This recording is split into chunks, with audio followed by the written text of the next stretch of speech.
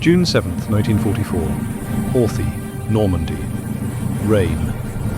Captain Callum Broderick, 25 years old, stands motionless beside his Sherman tank and watches 7 other Shermans burn across the wheat field. Black smoke rises in columns, twisting against grey clouds. The smell reaches him: burning rubber, diesel fuel, something else he tries not to name. Behind him, 21 white crosses stand in 2 ragged rows. 21 men. 40 minutes ago they were alive. They were loading shells, checking ammunition, joking about the quality of British tea. Now they are names on wood, written in hasty pencil by a chaplain whose hands shook. This single village, Outthinking, blocks the entire Allied advance to Caen. 4 miles of French countryside holding up 3 divisions. Inside those stone buildings and hedgerows, Hauptmann Klaus Reinhardt commands 180 SS Panzer Grenadiers and 4 Panther tanks. The Panthers sit at the far end of narrow lanes, frontal armor facing the only approaches. Mathematics made simple, death made certain. Broderick's own Sherman carries a 75mm gun. He fired 5 shots at the lead Panther from 200 meters. 5 shots. He watched each one strike. He watched each one bounce off, sparking against German steel that might as well be fortress walls. The Panther's reply was single and immediate. The shell entered his turret at the gun mantlet. Sergeant William Foster, 28 years old, the best gunner in the Sherbrooke Fusiliers, died before the sound reached Broderick's ears. What happened next changed how democracies fight dictatorships. But that comes later. First, the dying. The attack began at 6:40 hours. 8 Shermans from C Squadron, Sherbrooke Fusiliers. Standard doctrine: advance along the sunken lane toward Outthinking, infantry following 300 meters back. The hedgerows stood 2 meters high on both sides, earth and roots centuries old. No room to maneuver, no way to turn back once committed. Broderick was third in line. His crew had been together since England. Foster on the gun, Corporal Danny MacLeod loading, Private James Thornton driving, Lance Corporal Peter Quinn on the radio. Good men, trained men. Men who understood that the Sherman's armor was 51mm at the hull front, and that German guns could defeat that at ranges exceeding 1,000 meters. They understood. They went anyway. The lead Sherman, commanded by Lieutenant Harold Marsh, reached the edge of Outthinking at 06:52 hours. Broderick heard the shot before he saw anything, a sound like metal tearing, sharp and final. Marsh's Sherman stopped moving. Smoke poured from the turret hatches. No one emerged. The second Sherman, Sergeant Thompson commanding, tried to reverse. Too slow, too late. The German gunner had already traversed. The second shot was as precise as the first. Thompson's Sherman burned. Broderick's Sherman sat 60 meters behind, exposed, trapped in the lane with hedgerows on both sides and burning Shermans ahead. Foster's voice came through the intercom, steady despite everything. Panther, front, 400 meters, hull down position behind the stone wall. Broderick saw it, just the turret visible, the long 75mm gun already tracking toward him. Driver, forward, gunner, target Panther, fire when ready. They had to close the distance. The Sherman's gun needed 300 meters or less to have any chance of penetration. Thornton accelerated. The Sherman lurched forward. Foster fired. The armor-piercing round struck the Panther's turret front. Broderick watched through his commander's periscope. He watched the shell impact. He watched it ricochet upward at a 40-degree angle, disappearing into the sky. No penetration, no damage. Foster fired again, traverse slightly left, aiming for the turret ring. Another hit, another ricochet. 300 meters now.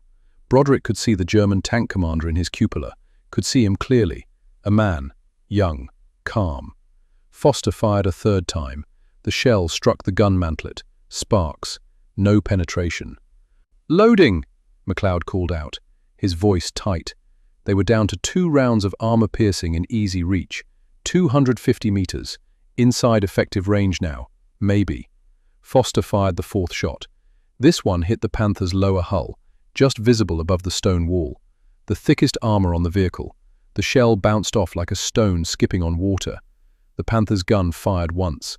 The world became noise and light. The shell entered through the gun mantlet, exactly where Foster's head had been 1/10 of a second earlier. The penetration sprayed molten metal through the turret interior. MacLeod screamed. Broderick felt something hot strike his left hand. The smell of cordite and blood filled the compartment. Foster was gone. Not wounded, not unconscious. Gone. His body slumped against the breech, but everything above the shoulders had ceased to exist in any recognizable form. "Bail out!" Broderick shouted. "Bail out now!" MacLeod scrambled through the loader's hatch. Broderick went through the commander's cupola. Thornton and Quinn emerged from the hull hatches. They rolled off the Sherman's deck and ran. Not toward cover, just away. Away from the burning, away from the turret, away from what was left of Foster. They made it 15 meters before the Sherman's ammunition cooked off. The explosion lifted the turret 3 feet into the air before it crashed back down. Broderick felt the heat on his back. He kept running. Behind them, 5 more Shermans tried to advance. 5 more crews believed they could succeed where others failed. The Panthers methodically destroyed each one. Precise, professional, inevitable. By 07:32 hours, the attack was over. 7 Shermans burned, 21 men dead, 4 wounded.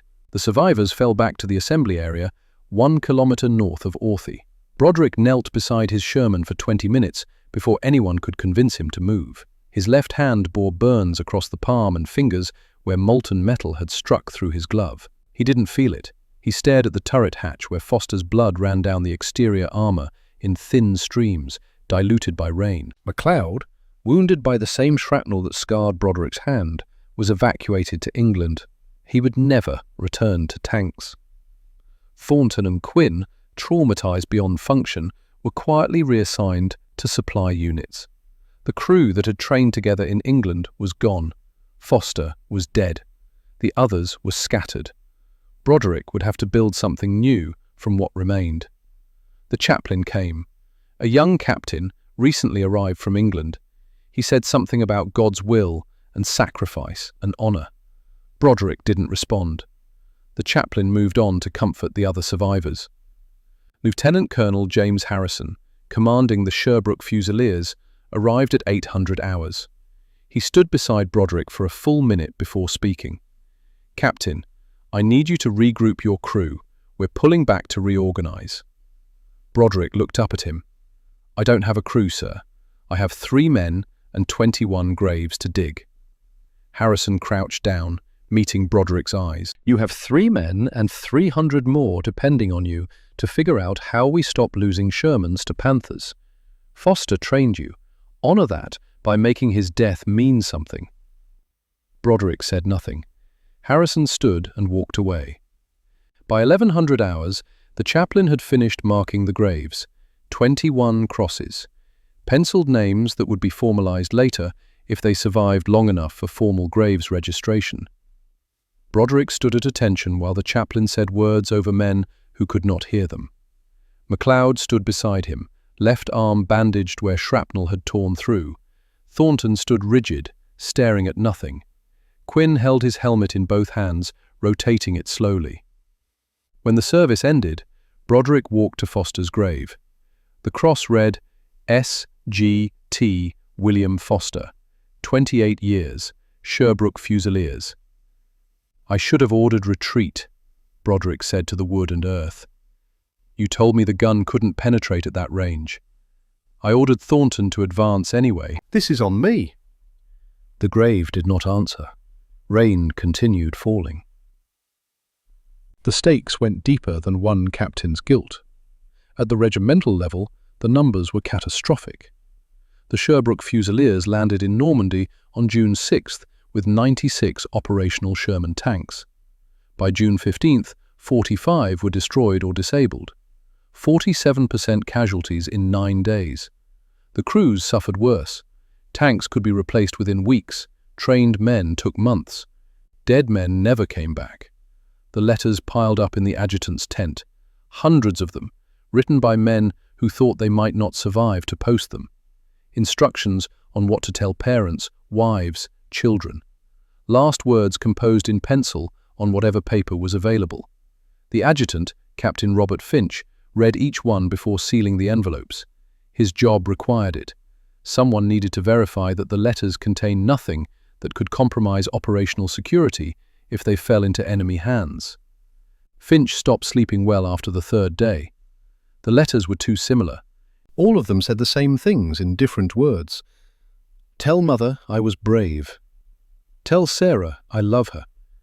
Tell my son to be better than me. Make sure they know I tried. Some of them were unsealed when the bodies returned. Foster's letter remained in his jacket pocket, sodden with blood and rainwater. Broderick found it when they stripped the body for burial. He didn't read it. He sealed it himself and gave it to Finch. Some things were not his to know. At the strategic level, the mathematics was simple and brutal. The Canadian First Army, British Second Army, and American forces needed to break out of the Normandy beachhead. The Germans needed to contain them. Caen was the hinge. 8 kilometers south of the invasion beaches, a road junction, a rail hub. Everything fed through Caen. As long as the Germans held Caen, they controlled the logistics. As long as they controlled the logistics, they could reinforce and resupply. German forces defending Caen included the 12th SS Panzer Division Hitlerjugend, elite, fanatical, equipped with Panther medium tanks and Tiger heavy tanks. Each Panther outmatched a Sherman in armor, firepower, and crew survivability. A Tiger could destroy a Sherman from ranges exceeding 1,500 meters. The Sherman could only penetrate a Tiger's side or rear armor, and only if it could close to 300 meters without being destroyed first. General Bernard Montgomery, commanding all Allied ground forces in Normandy, understood the problem. He expressed it in a briefing on June 10th to his corps commanders. Gentlemen, we are losing the armor battle. The German tanks are superior. This is fact. We have 3 options. 1. We wait for better tanks. This means months. 2. We accept casualties and overwhelm them with numbers. This means thousands of men. 3. We adapt our tactics to neutralize their advantage. This means innovation. Lieutenant General Guy Simons, commanding the Canadian Second Corps, was the youngest corps commander in the Allied armies, 40 years old. Promoted through competence, not connections. He listened to Montgomery's briefing and did not speak until every other officer had voiced their opinion. When his turn came, he stood and approached the map table. Sir, innovation requires permission to fail. Will we have that permission? Montgomery studied him. Explain.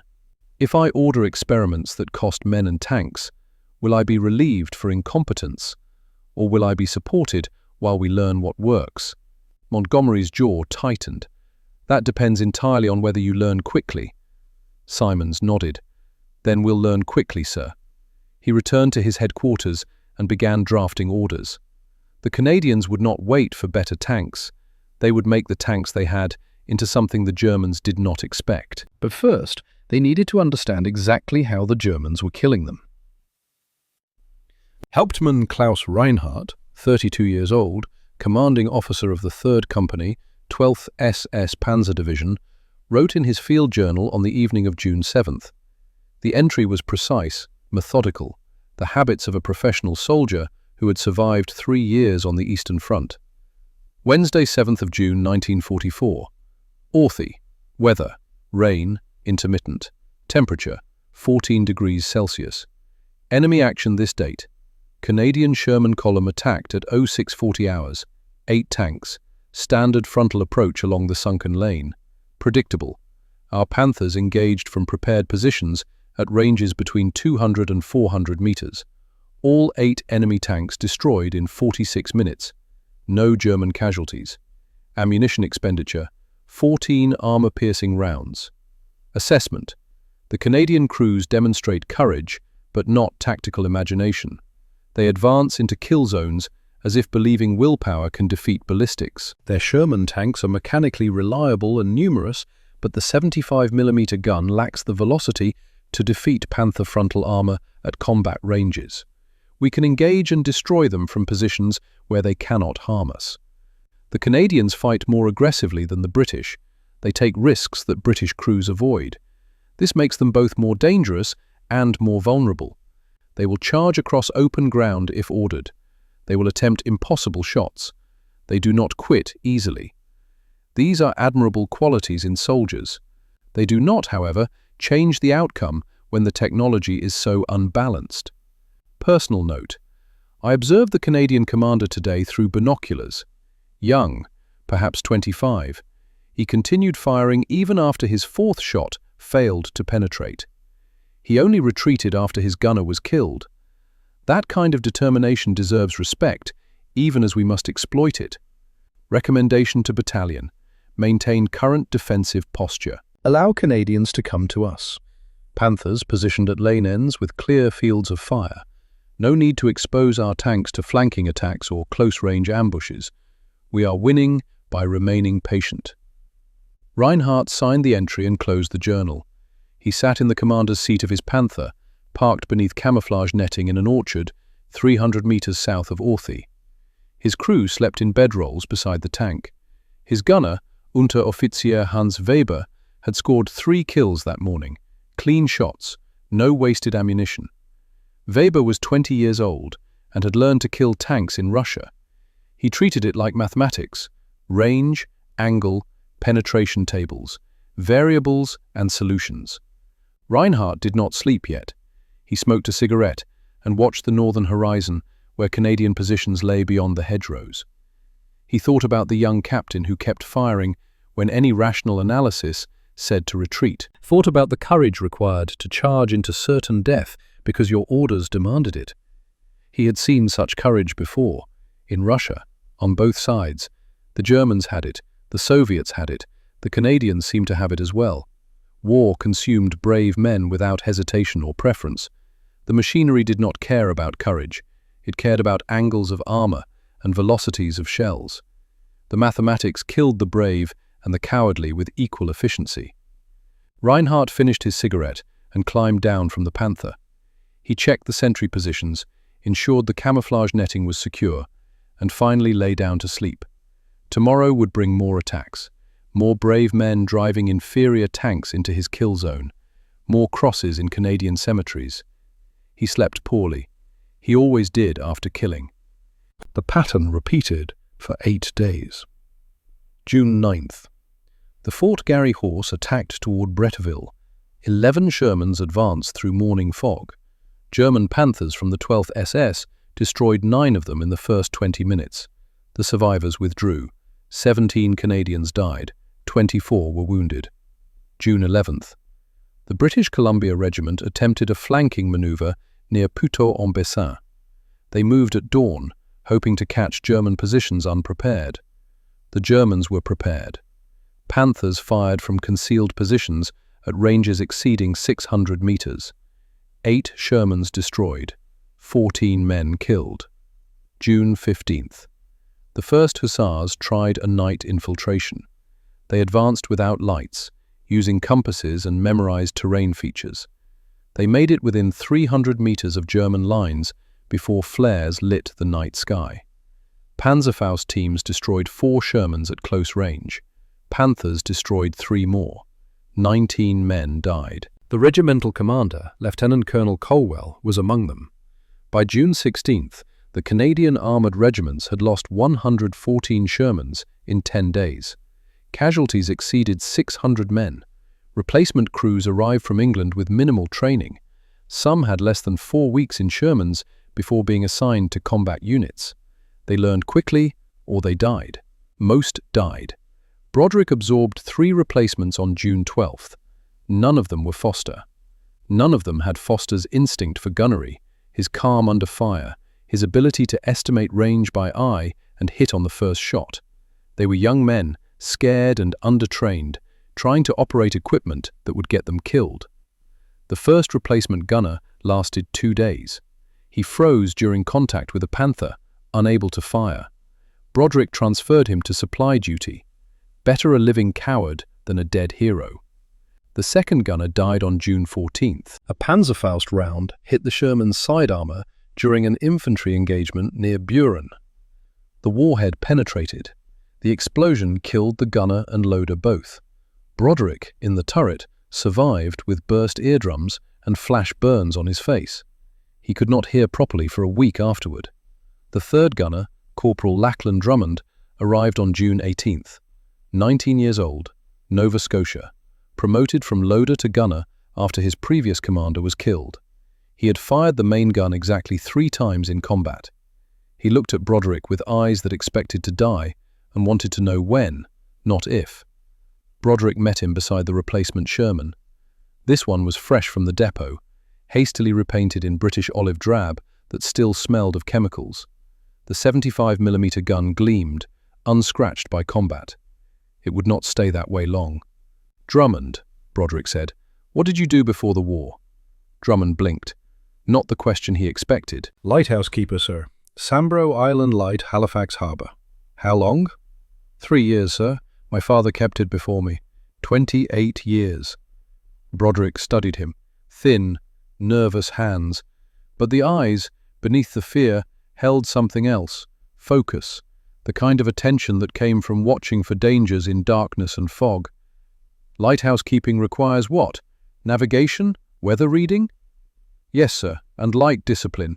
Keeping the Fresnel lens clean, understanding refraction angles for maximum visibility, timing the rotations, watching for patterns in shipping traffic." "Patterns," Broderick repeated. "What kind of patterns?" Drummond relaxed slightly, talking about something he understood. "Fishing boats move with the tide schedules, sir. Cargo ships follow shipping lanes. U-boats, back when we had U-boat scares in '42, they moved at night on the surface to charge batteries. Different vessels create different patterns. You learn to read them." Broderick nodded slowly. "And if you needed to avoid being seen by a U-boat, turn off the light, sir, or time your rotation so the beam doesn't cross their position when they're looking. Timing and angles." "Yes, sir." Broderick looked at the Sherman, looked back at Drummond, an idea forming, not complete yet, but the shape of it visible. "Drummond, you're my new gunner. We don't have a Sherman worth a damn against Panthers, but we're getting something better soon. When we do, I'll need someone who understands angles and timing." Drummond's fear did not disappear, but something else appeared alongside it. Purpose. "I'll do my best, sir." "Your best kept ships off rocks in the fog," Broderick said. "Maybe it'll keep us alive in the Bocage." July 18th, 1944. 1700 hours. A transport truck arrived at the Sherbrooke Fusiliers assembly area carrying something covered by canvas tarps. Lieutenant Colonel Harrison gathered his officers and senior NCOs. The tarp came off. Broderick stared. The Sherman underneath was different, longer. The 75mm gun had been replaced with something massive. The barrel extended nearly 2 meters beyond the standard Sherman's gun. The muzzle brake at the end was distinctive, 3-chambered, designed to reduce recoil. "Gentlemen," Harrison said, "this is the Sherman Firefly. British modification. The gun is the Ordnance quick-firing 17-pounder, the same weapon used in our towed anti-tank batteries. It has proven capable of defeating Tiger tanks in Italy and North Africa. Now it's mounted in a Sherman hull." Someone whistled. Someone else swore quietly. Harrison continued. "Each troop will receive 1 Firefly. That's 1 Firefly for every 4 or 5 standard Shermans. This single vehicle becomes your only realistic counter to German heavy armor. Crew selection for Fireflies will be based on gunnery scores and combat experience. Captain Broderick, your troop receives the first one." Broderick approached the Firefly. He climbed onto the deck and looked into the turret. Cramped. The 17-pounder took up significantly more space than the 75. The breach was massive. Loading would be difficult in that confined interior. The recoil mechanism looked brutal. But the gun could kill. He dropped into the turret and examined the sights. British design. Different from American equipment, but functional. The gunner's position was tighter, less room to maneuver. But if the ballistics matched what the British claimed, that discomfort was acceptable. Drummond climbed up beside him and peered into the turret. His eyes widened. "Sir, that's a ship's gun." "Anti-tank gun," Broderick corrected. Yes, sir, but the proportions. That's what we'd mount on a corvette for U-boat defense. 17-pounder, you said? Correct. Drummond reached in and touched the barrel. Sir, that barrel length creates a shadow problem. In morning or evening light, with the sun at the right angle, that shadow will extend 10, maybe 15 meters. Any German with functioning eyes will identify us by shadow alone before they can see the gun itself. Broderick had not considered that, but Drummond was right. The lighthouse keeper's instinct for light and refraction, the understanding of how shadows revealed position. So we don't hunt in morning or evening, Broderick said. Or we hunt when the sun's directly overhead, sir. Minimize the shadow. Or we position the tank so the shadow falls behind us, away from German positions. Or we use terrain to break up the shadow shape. Broderick smiled for the first time in weeks. Drummond, you just became the most valuable gunner in the regiment. The technical briefing came the next morning. A British lieutenant from the Royal Armoured Corps, sent to explain the Firefly's capabilities, he spread charts and tables across a makeshift desk in the command tent. The 17-pounder firing armour-piercing discarding sabot rounds can penetrate 140 millimeters of steel at 500 meters. At 300 meters, which is standard combat range in the Bocage, you can penetrate effectively any armour on any German tank from any angle. He let that sink in. This includes the Tiger, this includes the Panther's frontal armour, this includes the King Tiger, should you encounter one, though intelligence suggests they're not yet deployed in Normandy. He pointed to another chart. The muzzle velocity is 883 meters per second, substantially faster than the Sherman's 75. Time to target at 400 meters is approximately half a second. German tank commanders will not have time to react between your muzzle flash and their penetration. Broderick studied the numbers, studied the implications. For the first time since Foster died, he felt something other than guilt or resignation. He felt possibility. What's the effective range, he asked. Against heavy armor, 500 to 600 meters in ideal conditions. Against medium armor, 800. The limitation is not the gun, it's the sights and the inherent accuracy of shooting from a moving platform. And the recoil? The British lieutenant grimaced. Significant. Your gunner needs to brace properly, or the recoil will throw him into the turret wall. We've had concussions from crews who didn't respect the gun's power. The loader position is worse. The breech recoils 18 inches. If the loader's head is in the wrong position when the gun fires, it's fatal. He looked directly at Broderick. This weapon will kill Panthers and Tigers. It will also kill your crew if they're not properly trained. I recommend at least 40 practice shots before combat deployment. They had time for 20 practice shots. Ammunition was limited. Every 17-pounder round was precious, allocated carefully across the entire British and Canadian armoured forces. They could not afford to waste shells on training. Broderick took Drummond to a firing range 3 kilometers behind the lines. They spent 2 days learning the Firefly's peculiarities. The first shot threw Drummond into the turret wall hard enough to bloody his nose. The second shot, he braced better. The third shot, he anticipated the recoil and compensated. By the 10th shot, he was bruised across his right shoulder, and his face was swollen, but he was hitting targets at 400 meters with increasing consistency. Private Eamon Gallagher, the new loader, learned even faster. 21 years old, Ontario. Previous occupation, railroad surveyor for Canadian Pacific Railway. He had spent 3 years measuring distances, calculating grades, and reading terrain for track placement. He understood spatial relationships intuitively.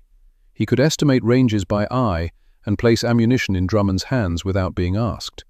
Gallagher adapted to the Firefly's cramped turret by memorizing the exact positions of every piece of equipment. He could load in complete darkness, knowing by touch alone where each shell was stored. During their training sessions, he developed a rhythm with Drummond. Load, brace, fire, load, brace, fire. The cycle reduced from 18 seconds to 12 seconds to, by the 20th practice round, 9 seconds. Lance Corporal Desmond Thorne, the driver, brought his own expertise. 23 years old, Manitoba. His father operated commercial fishing boats on Lake Winnipeg for 28 years. Fall had learned navigation before he learned to read. He understood how to track moving targets, how to anticipate their patterns, how to position a boat to intercept fish schools by reading water currents and temperature changes. In the Bocage, he applied those same principles. German patrols moved on schedules. Morning reconnaissance at 0600 hours. Mid-afternoon supply runs at 1400 hours. Evening defensive preparations at 2100 hours. Thorne tracked these patterns the way he once tracked fish migration. He could predict where panthers would appear based on time of day and tactical necessity. "Sir," he said to Broderick on July 20th, "the Germans move like sturgeon during spring spawn, predictable routes, specific timing. If we position at the right intersections, we don't need to hunt them, we just wait." Broderick assembled his crew beside the Firefly that evening, all of them present: Drummond, Gallagher, Thorne. The men who would either make this work or die trying. "Gentlemen," he said, "we've been losing because we're fighting the Germans' battle. We attack when they're ready. We approach from angles they expect. We engage at ranges where they're superior. That ends now." He pointed at the Firefly's long barrel. "This gun changes the mathematics. We can kill panthers. We can kill tigers, but only if we're smart about it." He looked at each of them in turn. "Drummond, your lighthouse experience gives us angles and shadows. We position so the sun works for us, not against us. Gallagher, your surveying background gives us terrain reading. We use ground the way you'd use elevation for railroad placement. Thorne, your fishing knowledge gives us pattern recognition. We intercept, not pursue." Drummond spoke carefully. "Sir, that's not standard doctrine." "Standard doctrine is getting us killed," Broderick said flatly. "Foster followed standard doctrine. He died. I'm not losing anyone else to doctrine when we have the tools to do better." Gallagher nodded slowly. "Sir, if we're adapting tactics, we need to camouflage the gun. That barrel is distinctive. Germans will prioritize Fireflies. There are intelligence reports of orders circulating through panzer units. Destroy the long-barrel Shermans first." "Agreed," Broderick said. "Suggestions?" "Counter-shading," Drummond said immediately. "Paint the rear half of the barrel with lighter paint. Breaks up the silhouette. Makes it harder to identify at range. We did the same with lighthouse beacons in fog. Wrap the lens housing with canvas to diffuse the beam pattern." "We could add camouflage netting," Thorne added. "Not over the gun, that would interfere with traverse, but around the turret. Make the whole tank blend into tree lines better." "And we position Fireflies at the rear of formations," Gallagher said. "Standard Shermans advance first, draw fire. The Firefly hangs back, protected, until the moment we need it. Then we move forward, take the shot, and withdraw immediately." Broderick listened. These were not the suggestions of replacement crews with 4 weeks training. These were the innovations of men applying civilian expertise to military problems. A lighthouse keeper, a railroad surveyor, a fisherman's son. The Canadian Army had not trained them for this. Life before the war had. "We implement all of it," Broderick decided. "Starting tomorrow, we'll need paint, netting, and permission to ignore standard formation doctrine." He paused. "And we'll need to survive long enough to prove it works." They painted the Firefly's barrel on July 21st. Light grey on the rear half, blending into the olive drab of the barrel's front section. The countershading broke up the silhouette exactly as Drummond predicted.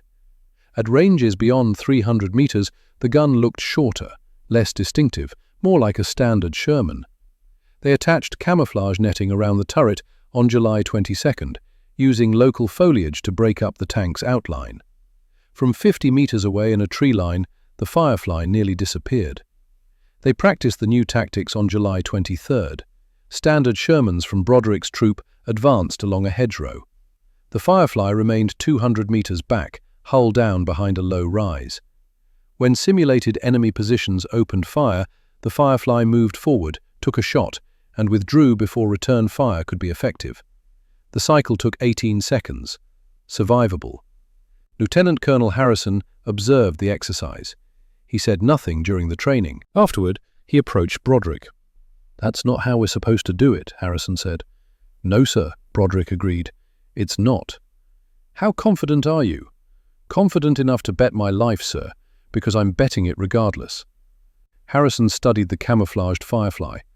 If this works, every troop will adopt it. If it fails, you'll be dead, so I can't exactly discipline you. Proceed. 3 days later, Broderick's crew received their first contact with a panther. July 26th, 0820 hours. A reconnaissance patrol near Verrières Ridge. Broderick's troop, 4 Shermans including the Firefly, advanced through wheat fields toward a small village. Intelligence reported minimal German presence. Intelligence was wrong. The panther appeared at the tree line 600 meters ahead, turret facing directly toward Broderick's column. "Contact front," Thorne called out. "Panther, 600 meters." "All units halt," Broderick ordered on the radio. "Firefly moving forward." The 3 standard Shermans stopped. The Firefly advanced alone, engine growling. Broderick positioned the tank hull down behind a slight ridge, only the turret visible to the German position. "Drummond, target Panther, 600 meters." "Identified," Drummond said, his voice steady. "Lighthouse discipline. Calm in crisis. Fire when ready." Drummond breathed, adjusted aim, breathed again, fired. The 17-pounder roared. The recoil rocked the Firefly back 6 inches, even with the brake. The shell crossed 600 meters in 3/4 of a second. Through his periscope, Broderick watched the round strike the Panther's turret front. Not a ricochet, penetration. The German tank shuddered, smoke poured from every hatch. Crewmen scrambled out, one of them on fire. "Hit," Broderick called. "Confirmed kill. All units, advance." They reached the destroyed Panther 5 minutes later. The penetration hole was clean, 75 millimeters in diameter. The shell had gone through the turret front armor, through the fighting compartment, and exited through the rear. The interior was devastated. The crew that remained inside would not be recognizable. Drummond climbed out of the Firefly and approached the Panther. He stood for a long moment, staring at the destruction. "Sir," he said quietly, "Foster would have liked this gun." "Yes," Broderick agreed, "he would have. But Foster was not there to use it. Foster lay beneath a wooden cross with his name in pencil. The Firefly's first kill would not bring him back, would not undo the choices that led to his death, would not absolve Broderick of the guilt he carried. It would, however, prevent future Fosters, and perhaps that was enough. The intelligence report reached German units on July 28th, a single sheet of paper distributed to panzer commanders throughout Normandy. Subject: Canadian long-barrel Sherman tanks. Classification: urgent. Canadian forces have deployed modified Sherman tanks equipped with British 17-pounder anti-tank guns. These vehicles, designated Firefly by Allied crews, are capable of defeating Panther and Tiger armor at ranges exceeding 500 meters. Visual identification: barrel length approximately 2 meters longer than standard Sherman. Muzzle brake, distinctive 3-chamber design. Tactical directive: Firefly tanks pose significant threat to German armor superiority.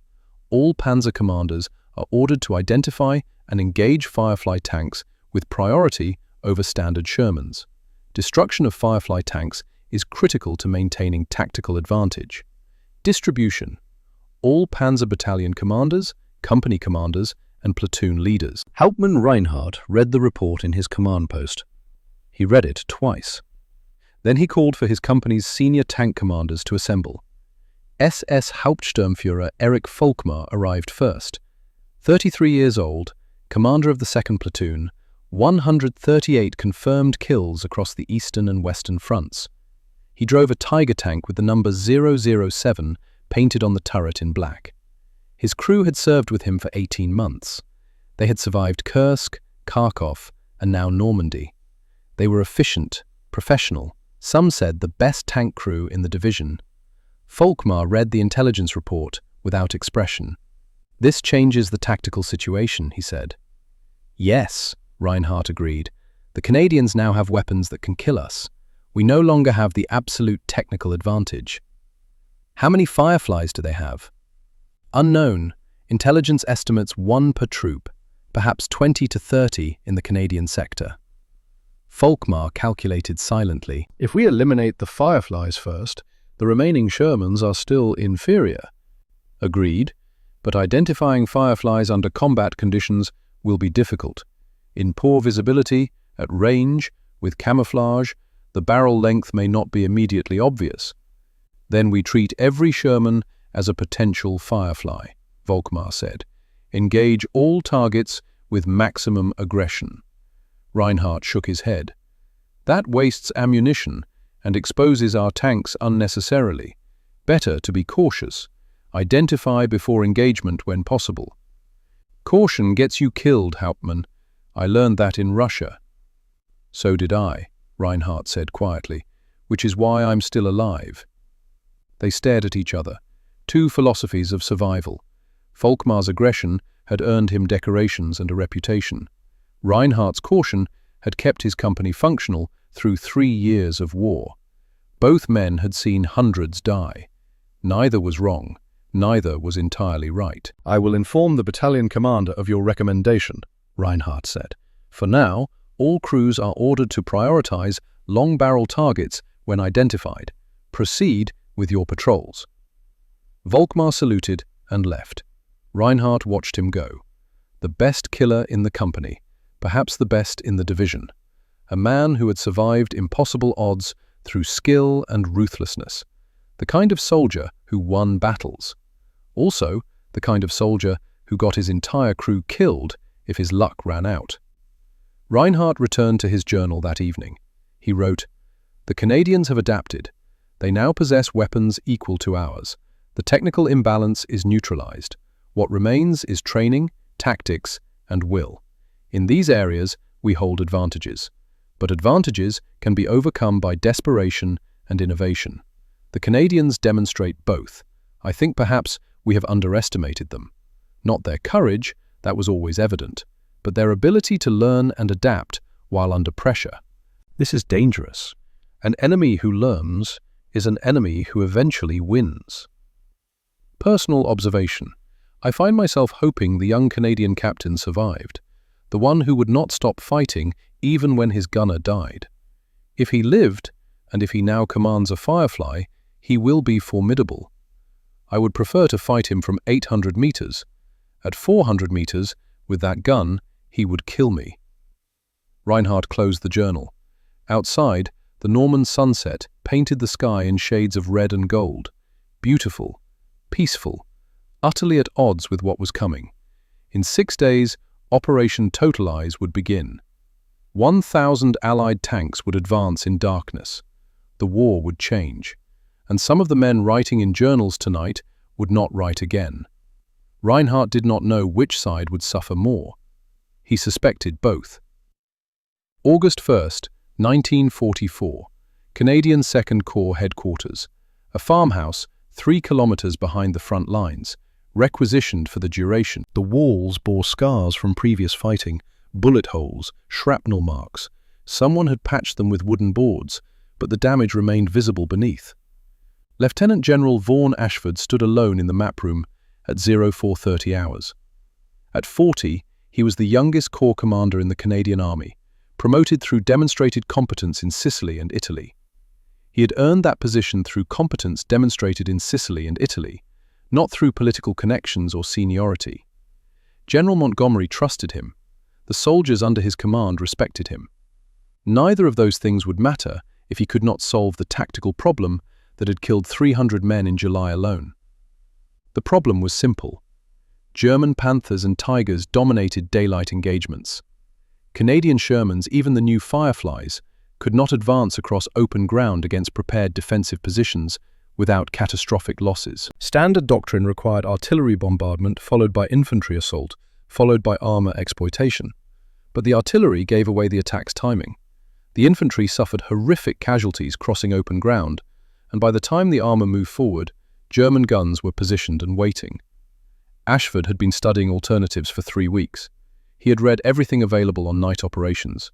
British experiments from the Western Desert, German tactics on the Eastern Front, American reports from the Pacific. Most of the literature said the same thing.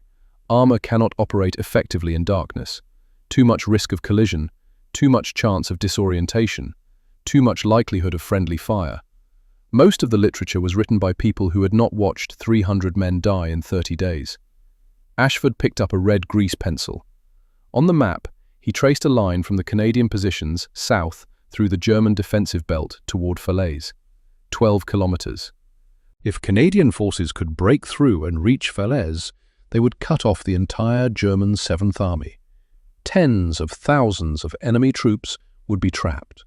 The Normandy campaign would be won, if they could break through. He set down the grease pencil and picked up a piece of paper. On it, calculations. Numbers that represented human lives reduced to mathematical probability. Daylight attack with standard doctrine, estimated 32% casualties in first wave. 900 men. Unacceptable. Daylight attack with modified tactics, estimated 26% casualties. 750 men. Still unacceptable. Night attack with artificial illumination, estimated 18% casualties. 500 men. 500 men would die even if everything went perfectly. But 700 would live who would otherwise be dead. The mathematics were brutal, also undeniable. Ashford had been a schoolteacher before the war, mathematics and history. He understood numbers. He also understood that each number on this page represented a farm boy from Saskatchewan, or a dock worker from Halifax, or a shopkeeper's son from Toronto. Men with mothers and fathers and sisters and brothers who expected them to come home. He could not save them all, but he could save some. That would have to be enough. The door opened. Major William Cross entered, carrying a folder thick with engineering diagrams. Cross was 35, a civil engineer from Montreal who had spent 10 years building bridges before the war taught him to build other things. "Sir," Cross said, "the Kangaroo prototypes are ready for inspection." "Show me," Ashford said. They walked through morning darkness to a depot area 500 meters from the headquarters. Dawn was still an hour away. The world existed in shades of grey and black. 4 vehicles sat under camouflage netting, barely visible. Cross pulled back the netting on the first one. What had been an M7 Priest self-propelled gun was now something else entirely. The 105mm howitzer was gone. The turret structure had been removed completely. In its place, a flat deck protected by welded armor plates. The interior, previously cramped with ammunition storage and gun mechanisms, had been gutted and reconfigured. Bench seats ran along both sides, space for 10 infantrymen in full kit. "We stripped 14 M7s, Cross explained, removed all firing mechanisms, reinforced the hull armor, added ventilation ports here and here." He pointed to modifications. Each vehicle can transport a full infantry section directly into combat.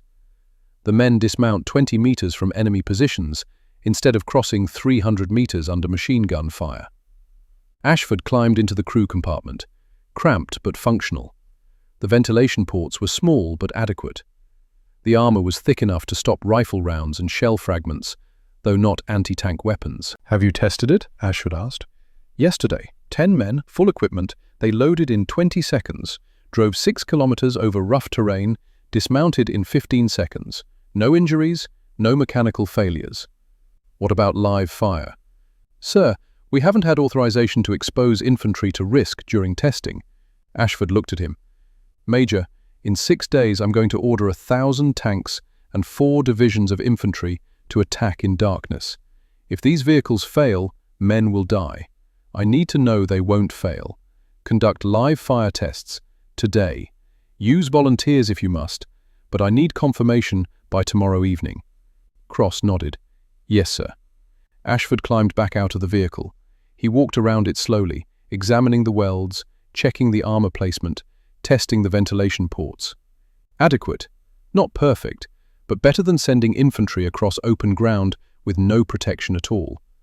"What are you calling them?" he asked. "The crews have been calling them kangaroos, sir. Carries its young into battle." Ashford smiled slightly. "Appropriate. Proceed with production. I want 40 operational by August 7th. 40? Sir, that's 40, Ashford repeated. Find more M7s. Requisition ram tanks if necessary. Strip anything we're not using for its primary purpose. I need 40 armored personnel carriers in 6 days, or men will die who don't have to. Yes, sir. Ashford returned to headquarters as the sun rose. He did not go to his quarters to rest. Instead, he went to the communications room and drafted a message to General Montgomery. Propose Operation Totalize. Night attack with artificial illumination. Objectives: penetrate German defensive belt, advance 12 kilometers, seize Falaise. Required assets: 1,000 armored vehicles, 4 infantry divisions, searchlight batteries, artillery support. Estimated casualties: 18% first wave, acceptable given strategic gain. Request authorization to proceed. He signed it, handed it to the signals officer.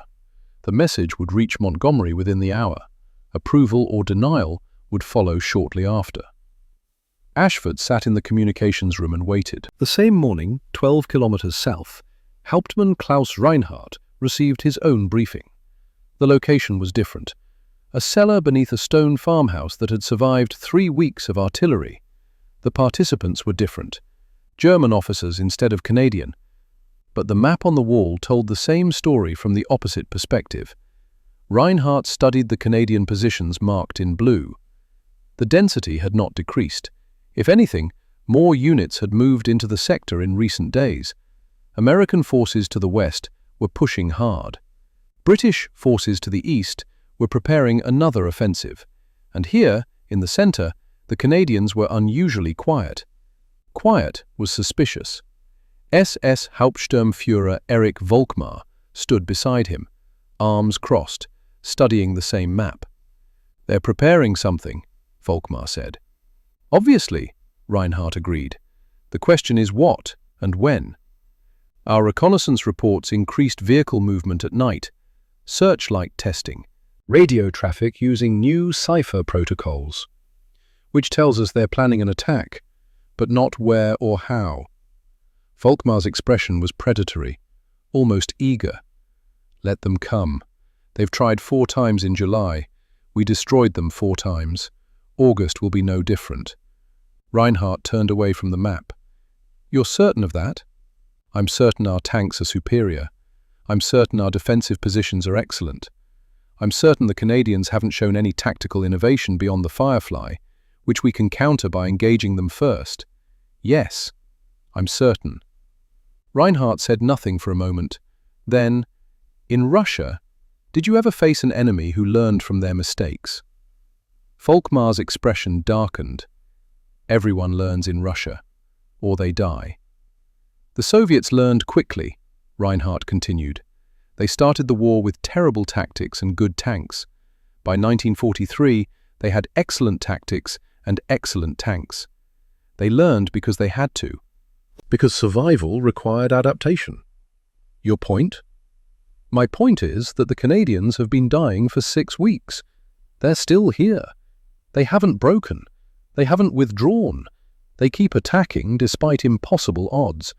That tells me they're learning, and an enemy who learns is more dangerous than an enemy with better equipment." Volkmar shook his head. "You're overthinking. The Canadians attack because Montgomery orders them to attack. They die because their Shermans are inferior. It's mathematics." "Mathematics changes when variables change," Reinhardt said quietly. "The Firefly changed one variable. What if they've changed others we haven't identified yet? Then we'll adapt when we encounter them. Or we'll die before we have the chance." Volkmar's hand moved to his pistol holster. Not a threat, just a gesture. A reminder that he wore the Knight's Cross with oak leaves, that he had killed 138 enemy tanks, that his authority came from proven lethality. "Hauptmann," Volkmar said carefully, "are you suggesting we abandon our defensive positions? Fall back before contact?" "I'm suggesting caution.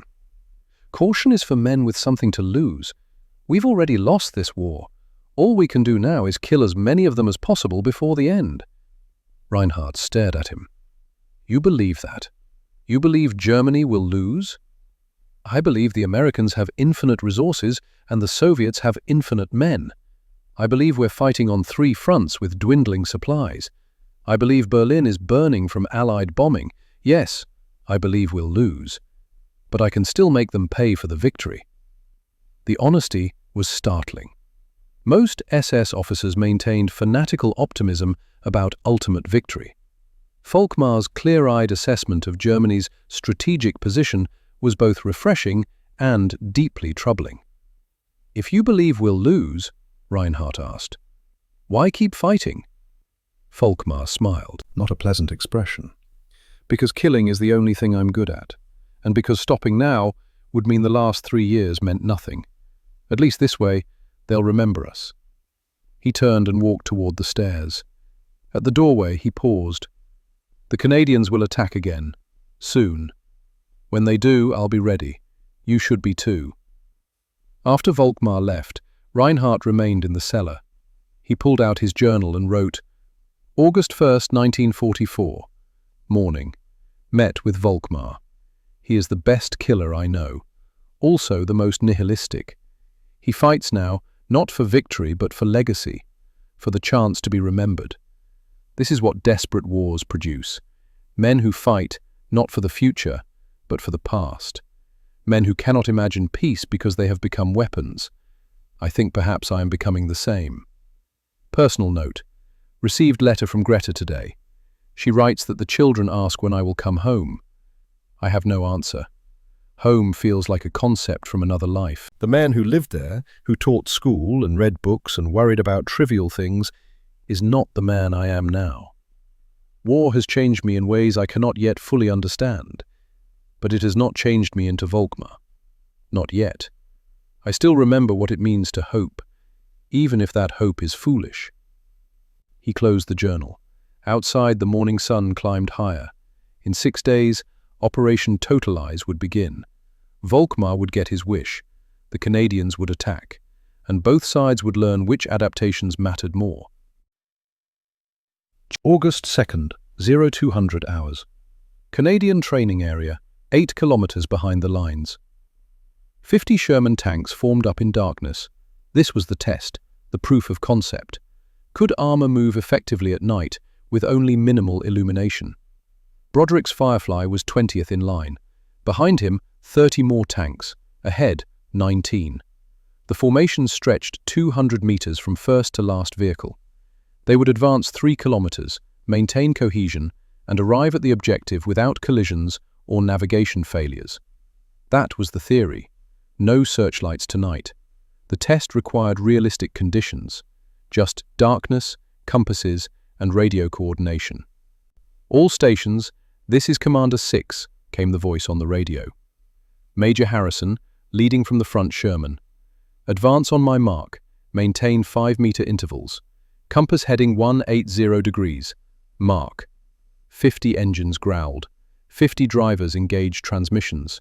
50 tanks began moving south through absolute darkness. Broderick stood in the commander's cupola, eyes straining to see anything beyond 5 meters.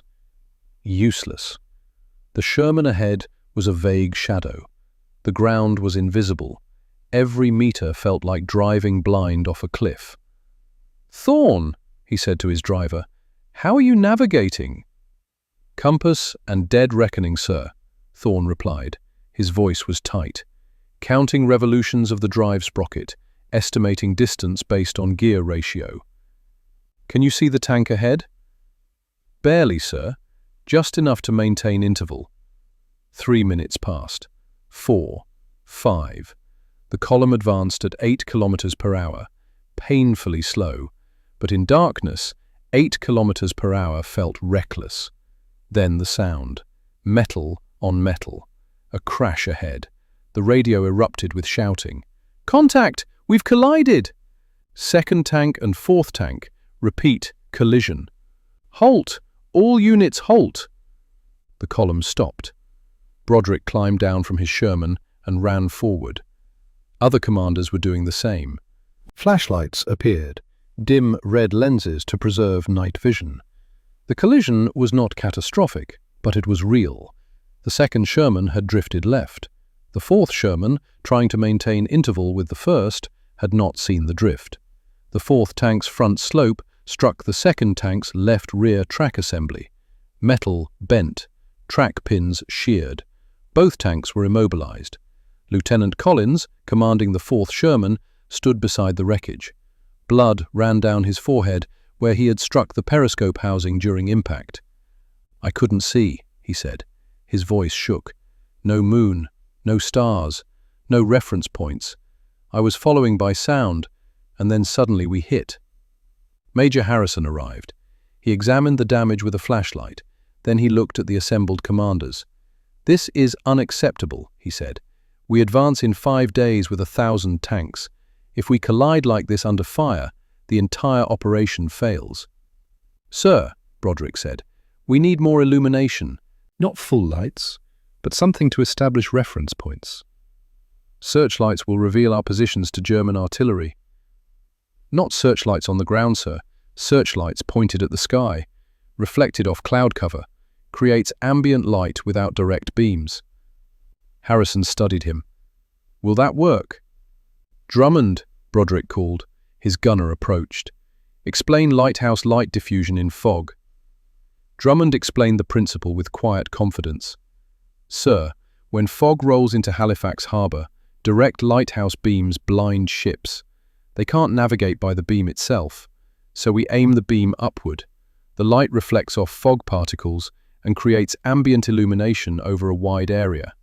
Not bright, but enough to see silhouettes and avoid collisions." "Cloud cover instead of fog," Harrison said. "Yes, sir. Same principle. Searchlights positioned 2 miles behind our lines, aimed at low clouds. The reflected light gives us maybe 10 to 15% of moonlight brightness, enough to maintain formation." Harrison looked at Broderick. "This is your crew's idea?" "Yes, sir." "Drummond, you're certain this will work?" "Sir, I kept ships off rocks in worse conditions. I can keep tanks from hitting each other." Harrison nodded slowly. "I'll recommend it to General Ashford. If he approves, we test tomorrow night with searchlights. If it works, we implement for totalize." He turned to address all the commanders. "Repair these tanks. Resume training at 0800. We have 4 days to learn how to fight in darkness, or Operation Totalize dies before it begins." The next night, August 3rd, they tried again. This time, 6 searchlights positioned 2 miles north of the training area. Powerful anti-aircraft lights, the kind designed to illuminate bombers at 10,000 feet, but aimed not up at aircraft, aimed at 45-degree angles toward low cloud cover at 2,000 feet. The effect was extraordinary. The clouds glowed, not bright, not daylight, but a soft, diffused illumination that spread across the entire training area, like moonlight, like the world seen through fog, enough to see shapes, enough to identify tanks 50 meters away, enough to navigate. "My God," Gallagher said from inside the turret, "it's beautiful." "It's tactical advantage," Broderick corrected. But he understood. The artificial moonlight transformed the battlefield, made the impossible possible. The column advanced again. 50 tanks, same course, same speed. This time, no collisions. Drivers could see intervals. Commanders could monitor adjacent vehicles. Navigators could identify terrain features. They completed the 3-kilometer advance in 22 minutes. Perfect cohesion. 0 casualties. General Ashford observed from a command half-track. When the exercise concluded, he gathered the senior officers. "This works," he said simply. "Implement it for totalize. I want searchlight positions surveyed and prepared. I want crews trained on the equipment. I want backup generators and redundant power supplies. This is now critical to the entire operation." He looked directly at Broderick. "Captain, your gunner's insight may have saved several hundred lives. Ensure he's recognized appropriately." "Sir," Broderick said, "Drummond's just applying civilian skills. He's not the only one. Every crew has men with expertise the Army never trained them for. We should be asking what they know, not just ordering them to follow doctrine." Ashford studied him. "You're suggesting we decentralize tactical innovation. I'm suggesting that a fisherman understands pattern recognition better than most officers, that a railroad surveyor reads terrain better than standard training provides. that we're wasting expertise by assuming military doctrine has all the answers. That's borderline insubordinate, Captain. Yes, sir, but it's also true. Ashford smiled slightly. Noted, and agreed. Continue training your crew. I suspect we'll need every advantage they can provide. August 4th through August 6th blurred together. 72 hours of preparation compressed into what felt like minutes. Sleep came in fragments. Food was consumed standing up. Every moment focused on a single objective: be ready for total eyes. Broderick's crew trained relentlessly. Drummond fired the Firefly until his shoulder was purple from recoil bruising. Gallagher loaded shells until his hands bled from metal edges and his back cramped from the constant bending. Thorne drove until he could navigate by compass alone, eyes closed, counting sprocket revolutions to estimate distance. They practiced scenarios: ambush from the left, ambush from the right, panther at 400 meters, tiger at 600, moving targets, stationary targets, targets partially concealed by terrain. By August 6th, they functioned as a single organism. Broderick gave minimal commands. The crew anticipated. Thorne positioned the tank before being asked. Gallagher had the next shell ready before Drummond requested it. Drummond's first shot hit 94% of the time at combat ranges. They were ready as men could be for what was coming. August 6th, 2100 hours. Final briefing. Every commander in 2nd Canadian Corps assembled in a barn converted to briefing room. 200 officers, maps covering every wall, the smell of men who had not bathed in days packed into confined space. General Ashford stood at the front. He did not use notes, did not refer to papers. He had memorized every element of the plan. "Gentlemen," he began, "in 3 hours we attack. Operation Totalize. Objective: break through German defensive belt and advance 12 kilometers to Falaise. If we succeed, we trap 50,000 German troops. If we fail, Normandy stalemate continues and more men die." He paused. Let that settle. Phase 1. 2,300 hours, tonight. Lead elements advance under artificial moonlight. No preliminary bombardment. We achieve tactical surprise. First wave. 4 armored regiments, reinforced with kangaroo-mounted infantry. You will penetrate German frontline positions before they can organize effective resistance. He pointed to the map. Phase 2, 0600 hours tomorrow. Exploitation force advances through breach created by first wave. Your objective is depth, not width. Drive south rapidly. Do not stop to clear bypassed positions. Speed is survival. Another pause. He looked across the assembled faces, young men and old, veterans and replacements, all of them about to enter darkness and steel. Phase 3. Expected enemy counterattack begins 0800 to 1000 hours. German armor will respond. Panthers, tigers, everything they have. This is where Firefly crews earn their purpose. You will position at choke points. You will ambush counterattacking forces. You will kill German armor before it reaches our infantry. He let the silence extend. Then, some of you will die tomorrow. That is certainty. But fewer will die than if we attack in daylight. Fewer will die than if we continue fighting with standard tactics. You are attacking in darkness because darkness gives us advantage. You are using new equipment because new equipment saves lives. You are ignoring doctrine because doctrine has been killing us. Ashford's voice hardened. I will not lie to you and say this will be easy. It will not. I will not promise all of you will survive. You will not. But I promise that every death tomorrow purchases something: territory, time, advantage. Your sacrifice will matter because it moves us closer to ending this war. He stepped back from the map. Synchronize watches. 2,100 hours. Cruise to vehicles by 2200. Engines start at 2245. We cross the line of departure at 2300 precisely. God be with you. Dismissed. The officers filed out. Broderick remained for a moment studying the map. The red line marked their route. 12 kilometers that might as well be 1,200. Every hedgerow could hide a panther. Every village could become a killing ground. He felt a hand on his shoulder, turned. Major Harrison stood there. "Captain," Harrison said quietly, "Foster would be proud of what you've built with that crew." Broderick swallowed. "Foster would be alive if I'd been smarter sooner. Foster would be alive if German tanks weren't better than ours. You can't carry that guilt into battle. It'll get you killed." "Maybe I deserve to be killed." Harrison's grip tightened. "Maybe. But your crew doesn't. Drummond doesn't. Gallagher doesn't. Thorne doesn't. They need you focused. They need you sharp. Whatever guilt you carry, you leave it here. You pick it up again after the battle. Understood?" Broderick nodded. "Understood, sir." 2,200 hours. Broderick found his crew beside the Firefly. They had camouflaged the tank with fresh foliage, painted the barrels countershading darker to better blend with nighttime shadows, checked and rechecked every mechanism. Drummond sat on the turret, writing a letter. He looked up when Broderick approached. "Sir," Drummond said, "is it appropriate to write a letter now?"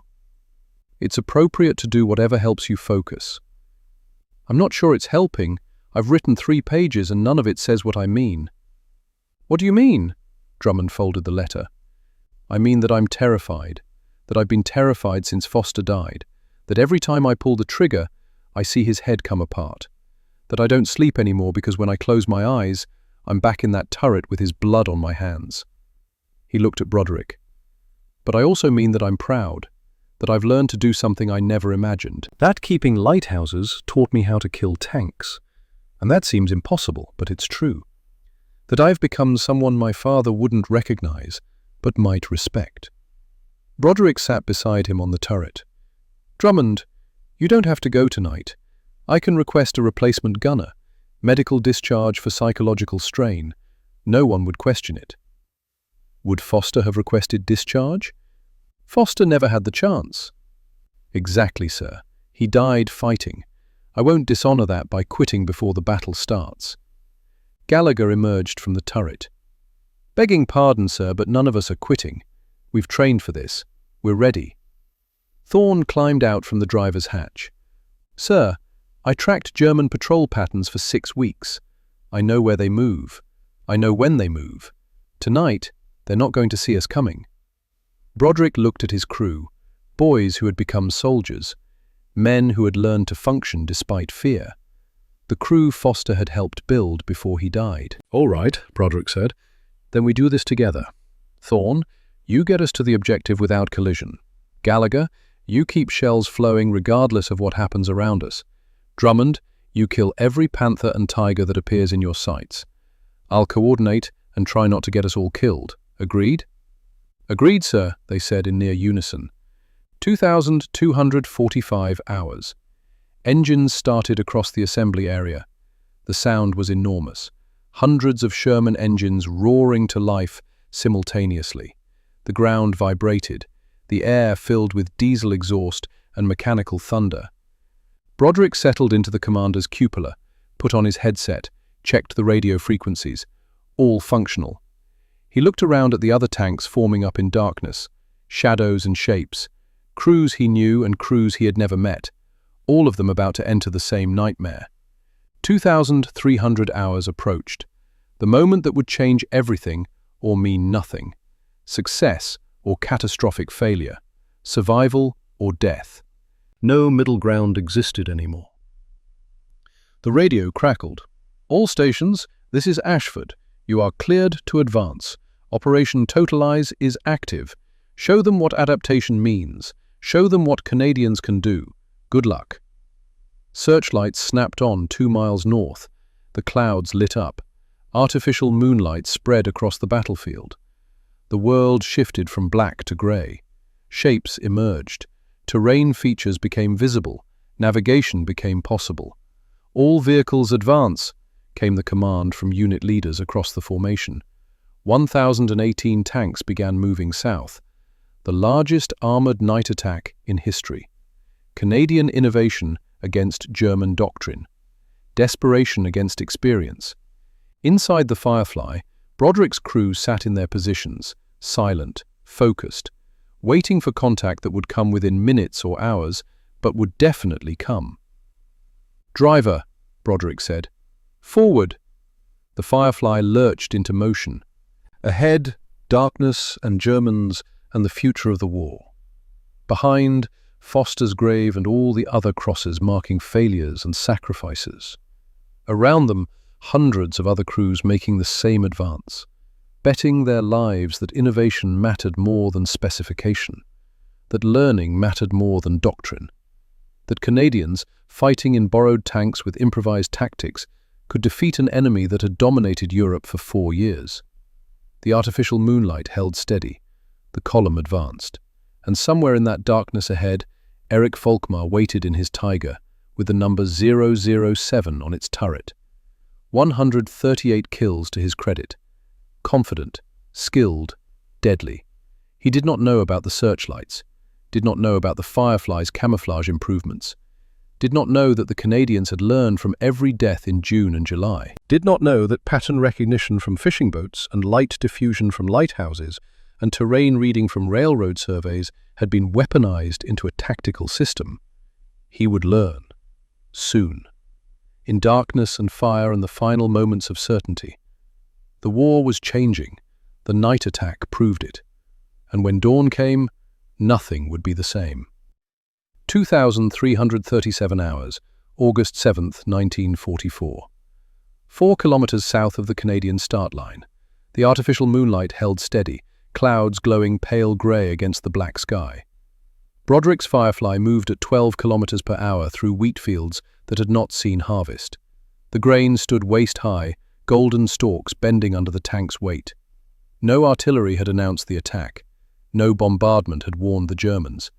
Just 1,000 tanks grinding forward through darkness, engines muffled by distance, until suddenly they were not distant at all. The German 89th Infantry Division held the first defensive line. They were not elite troops, not SS, not Panzer Grenadiers, just ordinary soldiers from Bavaria and Prussia, men who had been told to hold this position until relieved. They had dug trenches, placed mines, registered artillery coordinates, done everything doctrine required. Doctrine did not account for tanks in darkness with no warning. Private Hans Richter, 19 years old, from a farm outside Munich, stood sentry duty in a trench 300 meters south of Broderick's position. He had been on watch for 2 hours. Seen nothing, heard nothing unusual. The night was quiet except for distant artillery to the west, where Americans were attacking. Here, the Canadian sector, all was peaceful. Then the sound reached him. Low, mechanical, growing louder. He strained to see through darkness. Nothing visible, just fields and hedgerows, and the pale glow of clouds that should not be glowing. The sound grew. Not one engine, many engines. Dozens, hundreds. Richter fired a flare. The magnesium light arced upward, burst into brilliance, 300 meters overhead. For 5 seconds the battlefield became day. Shermans. Everywhere. Advancing in columns 4 and 5 tanks wide, 50 meters away, 100 meters, 200, too many to count. The flare descended, darkness returned. But Richter had seen enough. He ran, abandoned his post, and ran toward the command bunker 500 meters back. Behind him, the first Sherman reached his trench line. It did not stop. It drove over the trench, collapsing the walls, burying equipment and supplies under tons of steel and earth. Other Germans, those who had seen the flare, tried to organize resistance. Machine guns opened fire. Rifles cracked. Panzerfaust teams moved forward with their single-shot, anti-tank weapons. They managed to hit 6 Shermans in the first 10 minutes. 6 tanks, out of more than 300 in the first wave. The mathematics were impossible. The 89th Infantry Division had approximately 4,000 men in this sector. They faced overwhelming armor supported by infantry and kangaroo carriers. The infantrymen dismounted 20 meters from German positions instead of crossing 300 meters of open ground. The defenders were overrun before they could establish coordinated defense. By 0018 hours, August 8th, the first German line had ceased to exist as a functional defensive position. Survivors retreated. Equipment was abandoned. Artillery batteries displaced before Canadian tanks could reach them. The breakthrough was real. Broderick's Firefly had not yet fired a shot. The advance had been unopposed in his sector. German positions bypassed or overrun by lead elements. The Firefly's purpose was not breakthrough. It was counterpunch. When German armor responded, the Fireflies would be waiting. "All stations, this is Commander 6, Harrison's voice came through the radio. "First phase complete. Penetration 4 miles. Confirm 4 miles. Consolidate positions. Prepare for counterattack at dawn." Broderick checked his map by red-filtered flashlight. They had reached their objective, a low ridge overlooking the village of Synthio. Good fields of fire to the south and east. Perfect ambush position for German armor moving north to seal the breach. "Thorn," Broderick said, "position us behind that tree line. Hull down, only the turret visible." "Yes, sir." The Firefly moved into position. Thorn maneuvered expertly, backing the tank so its hull was concealed by the ridge. From the front, only the turret and gun would be visible, and with the camouflage netting and countershaded barrel, even those would be difficult to identify. Drummond traversed the turret slowly, scanning the southern approaches.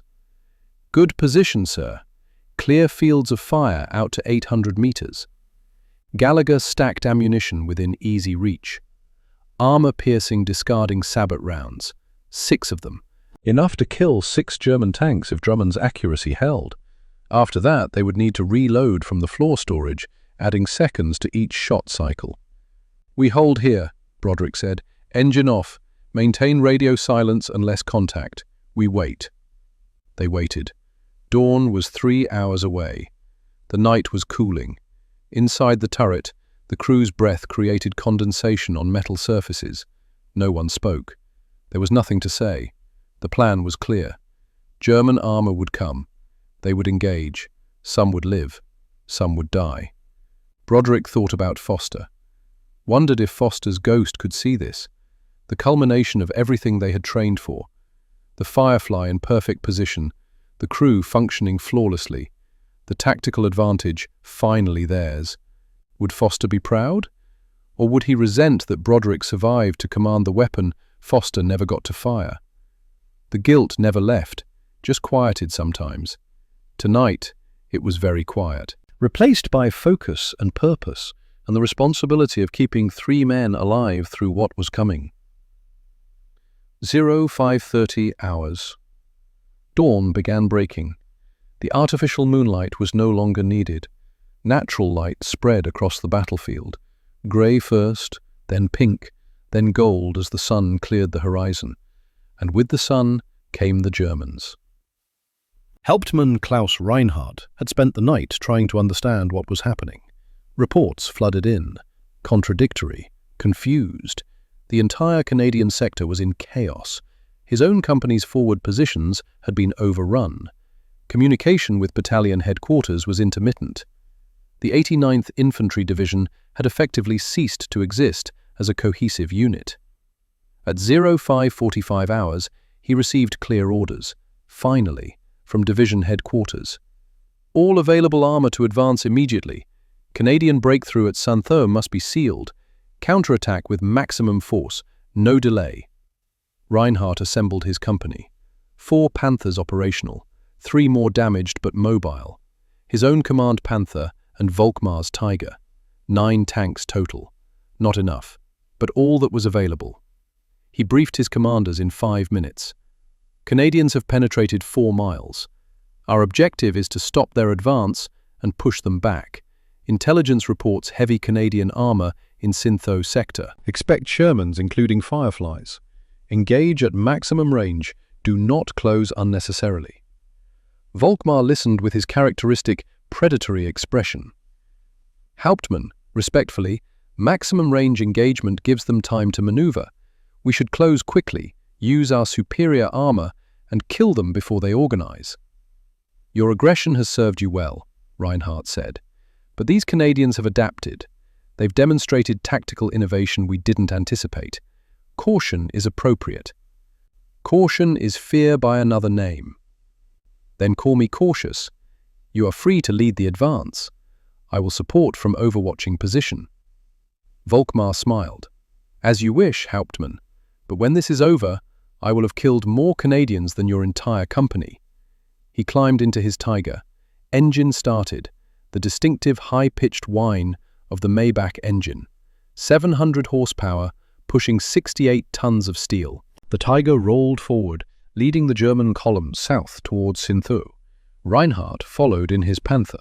He had survived 3 years of war by being careful, by thinking before shooting, by recognizing when situations were too dangerous to exploit. His instincts now screamed warnings. Something about this felt wrong. The Canadians had attacked at night, had achieved breakthrough without preliminary bombardment, had demonstrated creativity that German doctrine did not account for. But orders were orders, and Volkmar was already 500 meters ahead, advancing toward the Canadian positions at 30 kilometers per hour. Too fast, too aggressive, too confident. Reinhardt could do nothing but follow and hope his instincts were wrong. 08:17 hours. Broderick watched through his commander's periscope as German armor appeared on the southern horizon. Distance, approximately 800 meters. 6 tanks visible. Panthers mostly. 1 Tiger. The Tiger was distinctive even at range. Larger, different profile. The long 88mm gun unmistakable. "Contact south," Broderick said calmly. 6 tanks. Mix of Panthers and 1 Tiger. Range 800 meters. Closing. "Identified," Drummond said, his voice steady, the lighthouse keeper's calm in crisis. "Target priority?" "Tiger first. That's the greatest threat." Broderick scanned the other positions in his troop. 3 more Fireflies positioned along the tree line. Another 5 Fireflies from the British Columbia Regiment, 400 meters west. The Germans were advancing into a prepared ambush. They just didn't know it yet. The German column closed. 700 meters.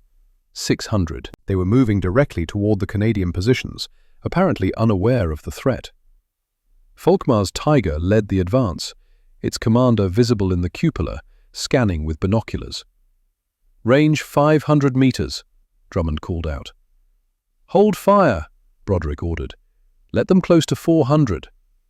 450 meters, 420, 400.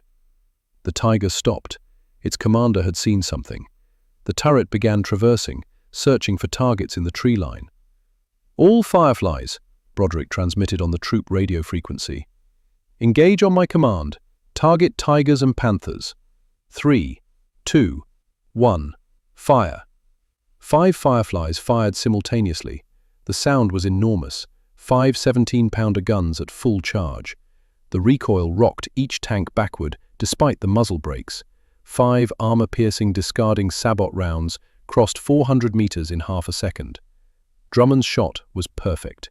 He had aimed for the Tiger's turret ring, the junction between turret and hull, where armor was thinner. The shell struck exactly where intended. Penetration. The round entered the fighting compartment at supersonic velocity, fragmenting as it went. Metal shards ricocheted through the interior at velocities that turned them into secondary projectiles. SS Hauptsturmführer Erich Volkmar died instantly. The shell fragment that killed him severed his spine at the neck. He felt nothing. His crew had less mercy. The gunner, Unteroffizier Weber, survived the initial penetration, but was blinded by molten metal splash. The loader died when the ammunition stored beside him cooked off from the shell's heat. The driver and radio operator, sealed in the hull, burned when diesel fuel ignited. The Tiger's ammunition detonated 3 seconds after impact. The explosion lifted the turret 6 feet into the air. 40 tons of steel rotating slowly as it rose, then crashing back down at an angle. Smoke poured from every hatch. The Tiger was a funeral pyre. 2 other German tanks died in that first salvo. A Panther struck in the side armor. Another Panther hit in the engine deck. Both began burning. Crews bailed out, some on fire, rolling on the ground trying to extinguish clothing. The remaining German tanks scrambled to respond.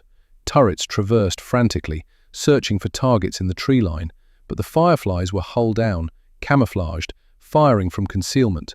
The Germans could see muzzle flashes, but not the tanks themselves. A Panther fired blindly toward Broderick's position. The shell passed 10 meters overhead, harmless. Drummond had already loaded the second round. He fired again. Another hit. The Panther's turret front penetrated. The tank stopped moving. Smoke, but no fire. The crew did not evacuate, probably dead inside. 90 seconds after the first shot, 6 German tanks were destroyed or disabled. The remaining 3 retreated at maximum speed. One of them, Reinhardt's command Panther, reversed while firing. The gunner was skilled. He landed 2 shots near Firefly positions, close but not close enough. The Panthers disappeared behind a ridgeline 500 meters south. The engagement was over. 6 kills, 0 Canadian losses. The mathematics had reversed. The ambush had worked perfectly. Broderick scanned the battlefield through his periscope, burning German tanks, bodies scattered around the wrecks, the Tiger smouldering in the center of the killing ground. He felt nothing, not satisfaction, not remorse, just the absence of feeling that came from watching men die too many times. "Cease fire," he ordered. "Maintain positions. Expect follow-up attack." Drummond slumped in the gunner's seat. His hands shook. "Did we get the Tiger?" "You got the Tiger. Center mass. Perfect shot." "How many crew?" 5. Standard Tiger crew, all dead." Drummond closed his eyes, breathed slowly. "That's 24 men I've killed." 24 in 6 weeks. Does that make me a murderer or a soldier? "It makes you alive," Broderick said, "which is better than the alternative." "Is it? Foster's dead and he's not having nightmares. I'm alive and I see their faces every time I close my eyes." Gallagher put his hand on Drummond's shoulder. "Locke, they were trying to kill us. You did what you had to do." "I know what I had to do. That doesn't make it easier." Broderick let them talk. The crew needed to process, needed to understand what they had done and what it meant. He climbed out of the turret and stood on the deck, watching the smoke rise from German wrecks. 400 meters away, another Firefly commander waved, Lieutenant Morrison. 8 kills between his troop and Broderick's. The ambush had devastated the German counterattack, bought time for Canadian infantry to consolidate, prevented the breakthrough from being sealed. And somewhere in that burning Tiger, a man with 138 kills had died without ever seeing who shot him. Volkmar had been the best killer in the division, had survived impossible odds for 3 years, died in half a second because he was too aggressive, and the Canadians had learned faster than German doctrine could adapt. The war was changing. This engagement proved it. And by the time the sun set tonight, nothing would ever be the same. August 8th through August 21st became a blur of violence and exhaustion. Operation Totalize achieved its initial objectives. The breakthrough was maintained. Canadian forces advanced 12 kilometers in 36 hours, but the advance slowed. German resistance stiffened. The Bocage swallowed momentum. Operation Tractable launched August 14th. The objective? Close the Falaise Gap completely. Canadian and Polish forces driving south. American forces swinging north from the opposite direction. The German 7th Army and 5th Panzer Army caught between. Broderick's crew fought through 13 separate engagements, destroyed 11 German tanks, lost track of the infantry vehicles and anti-tank guns. Thorne was wounded August 16th, shrapnel in his left arm, refused evacuation, drove one-handed for 3 days before infection forced him to the aid station. Drummond's accuracy never wavered, but his hands shook when they weren't fighting. His nightmares grew worse. He stopped eating regularly, lost weight he didn't have to lose. Gallagher stayed close, making sure Drummond drank water, forcing him to consume rations. By August 19th, the Falaise pocket was effectively sealed. Polish forces held Hill 262, overlooking the last escape route. German units tried desperately to break through. Most failed. The roads became graveyards.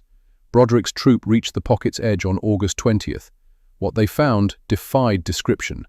Thousands of vehicles destroyed, burned trucks, overturned artillery pieces, dead horses by the hundreds. The German army still relied heavily on horse-drawn transport. The animals lay where they had fallen, bloated in summer heat. And bodies, everywhere. German soldiers who had tried to escape on foot, caught by artillery, killed by strafing aircraft, shot by infantry in desperate last stands. The smell was overwhelming. Decomposition and diesel and burned flesh. "My God," Gallagher whispered. He stood beside the Firefly, staring at the landscape of destruction. "This isn't war. This is hell." "This is victory," Broderick said quietly. "This is what winning looks like." Drummond sat on the turret, head in his hands. "If this is winning, I don't want to see losing." They found Reinhardt's Panther 3 hours later, abandoned, out of fuel. The crew had set demolition charges to prevent capture, but the charges had failed to detonate properly. The Panther sat at the edge of a tree line, turret traverse damaged, one track blown off. Inside, Broderick found Reinhardt's journal, left behind in the scramble to escape. He read it that evening by flashlight. The entries detailed every engagement from June forward. Reinhardt's thoughts on Canadian tactics, his respect for their adaptations, his growing understanding that Germany was losing not just battles, but the war itself. The final entry was dated August 19th. "We are ordered to break through Polish positions on Hill 262. The order is impossible. We have no fuel, no ammunition, no hope. I will surrender at the first opportunity. Dying now serves no purpose. The war is lost. All that remains is to survive and somehow build something better from the ruins." Personal note: if I survive, I will teach. I will ensure the next generation understands what we did wrong, what led to this, how nationalism and hatred and the worship of strength produced only graves. This is my penance: to live, to remember, to warn. Broderick closed the journal, kept it. Reinhardt's words deserve to survive, even if Reinhardt himself might not. The final accounting came in late August. Operation Totalize and Tractable combined. Canadian casualties totaled 18,444 men, killed, wounded, and missing. The Sherbrooke Fusiliers alone suffered 43% casualties. 197 men entered Normandy. 85 were dead or wounded by August 21st. Broderick's crew survived, all of them. Thorne with one arm weakened by shrapnel wounds. Drummond with psychological damage that would take decades to heal. Gallagher with nothing but exhaustion and the memory of shells loaded under fire. Broderick himself with burns on his hands and face from close calls and guilt that would never fully fade. German losses in the Falaise pocket: approximately 10,000 killed, between 40,000 and 50,000 captured. The 12th SS Panzer Division, which had numbered over 20,000 men on June 6th, was reduced to approximately 300 combat-effective soldiers and fewer than 15 operational tanks. The division that had seemed invincible in July was destroyed by August. General Dwight Eisenhower visited the pocket after its closure. He walked among the wreckage, saw the scale of devastation. Later wrote in his memoir, "The battlefield at Falaise was unquestionably one of the greatest killing grounds of any of the war areas. Roads, highways, and fields were so choked with destroyed equipment and with dead men and animals that passage through the area was extremely difficult. 48 hours after the closing of the gap, I was conducted through it on foot to encounter scenes that could be described only by Dante. It was literally possible to walk for hundreds of yards at a time, stepping on nothing but dead and decaying flesh." That was victory. That was what Canadian innovation and adaptation had purchased. Not glory, not triumph, just the ending of German resistance in France and the slow, grinding advance toward Berlin. September 1944. Broderick's crew was rotated to rear area for rest and refitting. New crews took over the Firefly, young men with minimal training, replacements for the replacements. Thorne was medically discharged. His left arm never regained full function. He returned to Manitoba in October, went back to fishing on Lake Winnipeg, married his childhood sweetheart in 1946. They had 4 children. He never spoke about the war unless asked directly. Even then, his answers were brief. The memories were not something he wanted to revisit. He opened a fishing supply store in Winnipeg in 1950. It prospered. He became a fixture in the community, served on the city council from 1968 to 1976, the first veteran in that district to be elected in peacetime. He died in 1979, age 56, from cancer. The tumor was in his lungs. Decades of smoking to calm nerves that never fully calmed. 500 people attended his funeral. Gallagher stayed in the army through the end of the war, became an instructor in England, teaching new crews how to load 17-pounders efficiently. Returned to Canada in 1946, went back to Canadian Pacific Railway as a surveyor. Spent 36 years mapping routes through the Rockies. Married his high school sweetheart in 1947. They had 5 children, 13 grandchildren. He died in 2015, aged 91, from a stroke. His funeral was smaller, but his family was there, 3 generations owing their existence to his survival. Drummond returned to Nova Scotia in November 1944. The army offered him medical discharge for psychological trauma. He accepted, went back to Sambro Island Light, became the lighthouse keeper again. His father had retired.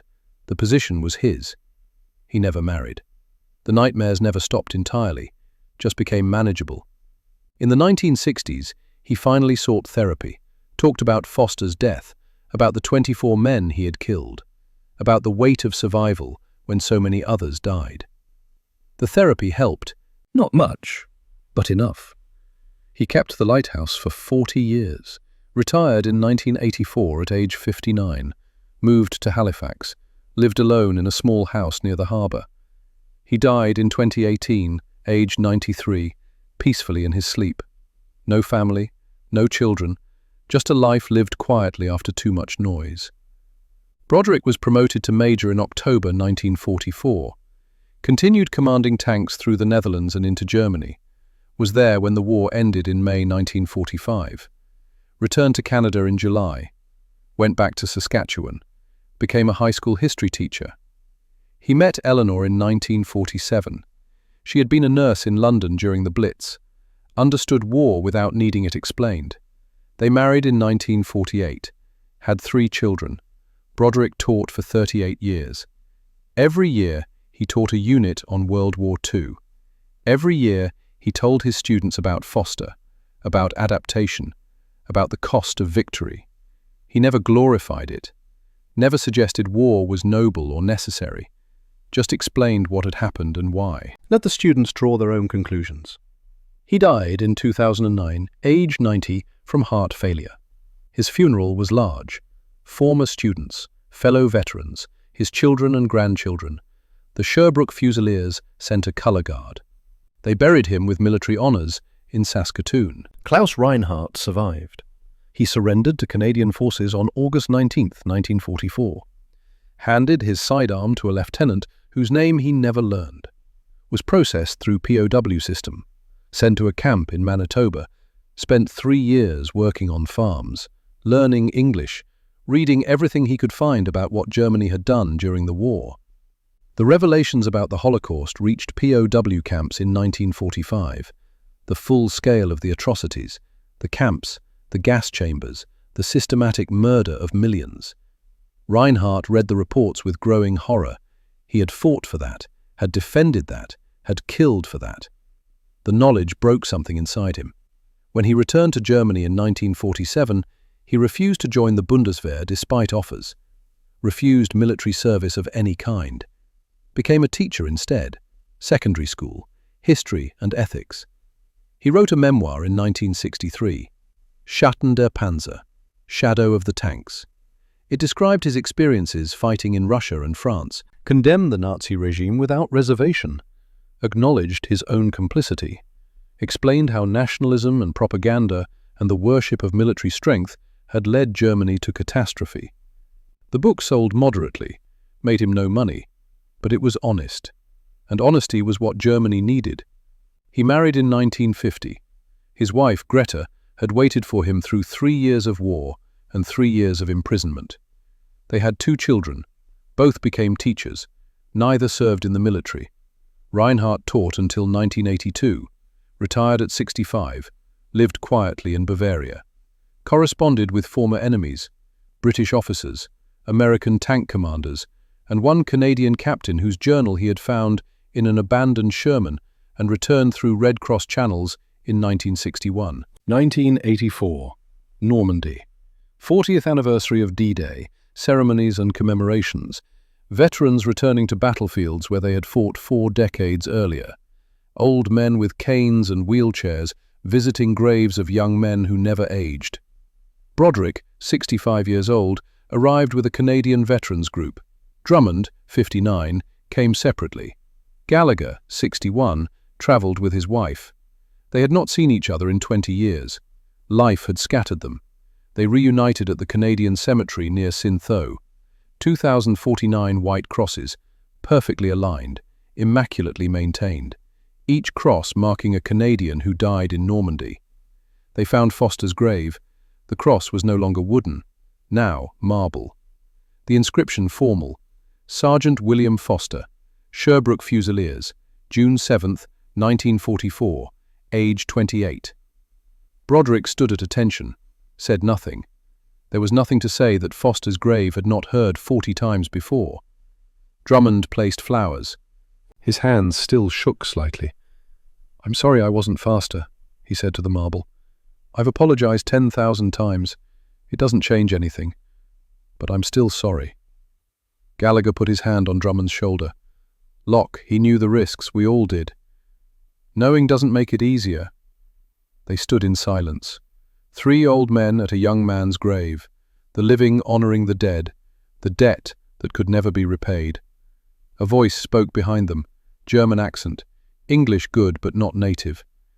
"Excuse me, are you Sherbrooke Fusiliers?" They turned. An old man stood there, 72 years old, grey hair, thin, using a cane, but his posture was military, his eyes intelligent and sad. "Yes," Broderick said carefully. "Who's asking?" "My name is Klaus Reinhardt, Hauptmann, 12th SS Panzer Division. I surrendered to your corps on August 19, 1944. Silence. 30 seconds that felt like 30 minutes. Drummond's hands clenched. Gallagher stepped closer to Broderick. Broderick studied Reinhardt's face, looked for malice or pride or hatred, found only exhaustion and regret. "Why are you here?" Broderick asked. "The same reason you are. To remember. To pay respects. To acknowledge what we did." Another silence.